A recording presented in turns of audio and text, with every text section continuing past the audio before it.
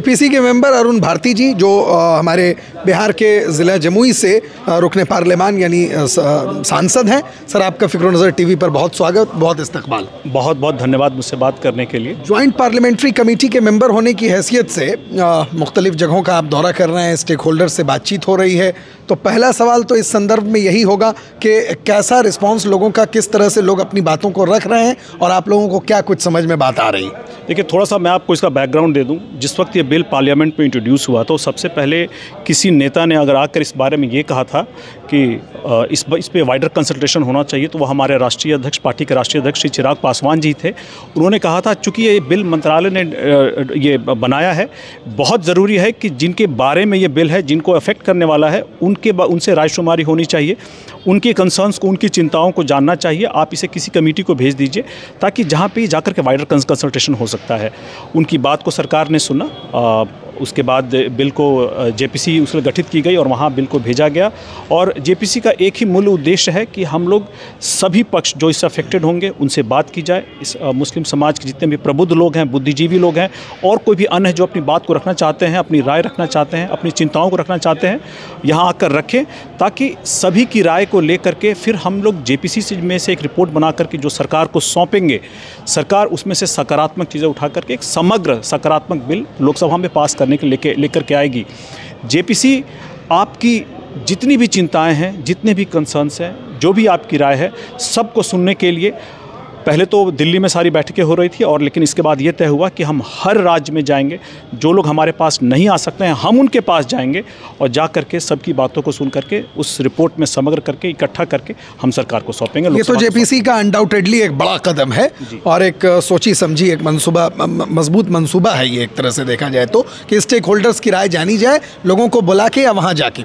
आज बिहार में पटना में सिटी सेंटर, ताज सिटी सेंटर होटल में ये पूरा जेपीसी ने मीटिंग ऑर्गेनाइज किया और लोगों को आने की इजाज़त दी।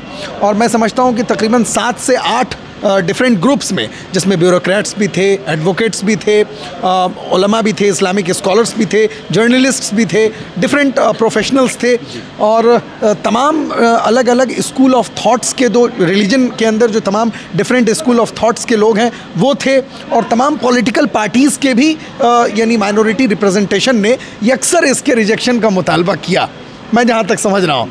तो इसके बाद क्या आपको नहीं लगता है कि हुकूमत को अपना यानी कॉन्सेप्ट क्लियर कर लेना चाहिए इस पे कि भाई ठीक है, एक चीज़ जो बिल्कुल यानी जो खालिस किसी धर्म का मामला है और हिंदुस्तान में बहुत सारी आर्टिकल्स के तहत यहाँ की जो खूबसूरती रही है उसके तहत मजहबी आज़ादी है, तमाम चीज़ें हैं, तो उसको माना जाए?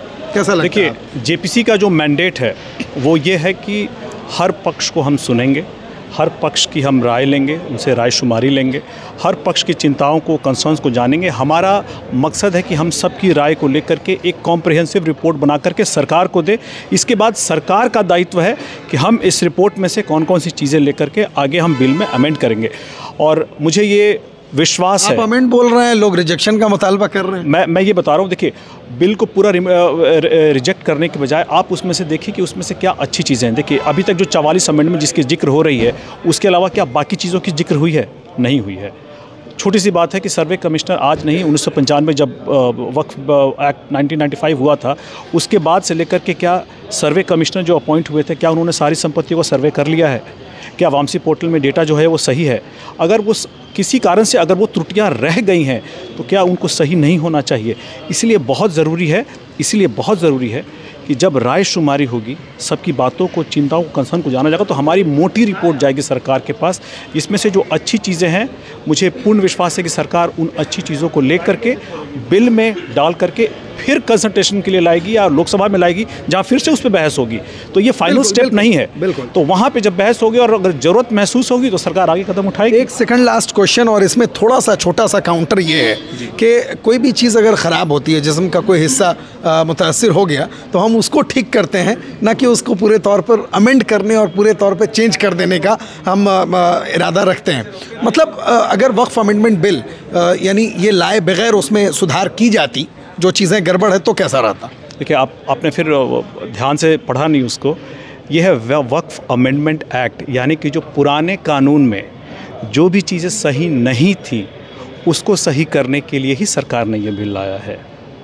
लेकिन उस बिल को लेकर के जो अमेंडमेंट्स आए थे, जो 44 अमेंडमेंट किए जा रहे हैं 1995 वक्फ एक्ट में, उन्हीं पे सारे के सारे मुस्लिम समाज से, सारे प्रबुद्ध बुद्धिजीवी लोगों से, प्रबुद्ध लोगों से ये डिस्कशन हो रहा है कि इसमें आपकी क्या राय है। अगर आपका विरोध है या आप उससे सहमत है तो इन चीज़ों को आकर के आप कमेटी के पास रखें और इसके बाद कमेटी जो है इसकी रिपोर्ट सरकार लोकसभा में रखेगी और उसके हिसाब से चीज़ों को फिर सकारात्मक तरीके से उसमें देखा जाएगा कि क्या रखने लायक है, क्या नहीं रिजेक्ट करने लायक है।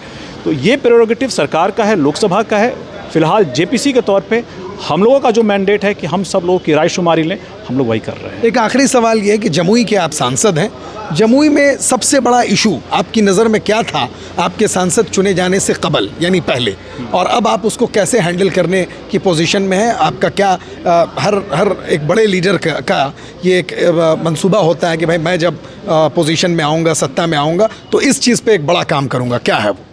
आज के दिन में जमुई में दो मूल समस्याएं मुझे नज़र आती हैं। एक जो बरनार जलाशय योजना लगभग 1977 में पास हुआ था, जो किसी कारण से आज तक उस पे काम शुरू नहीं हुआ है। मेरे आने के बाद लगभग कुछ 667 एकड़ ज़मीन अक्वायर होनी थी, उसमें से लगता है लगभग 400 एकड़ से ज़्यादा अक्वायर हो चुकी हैं।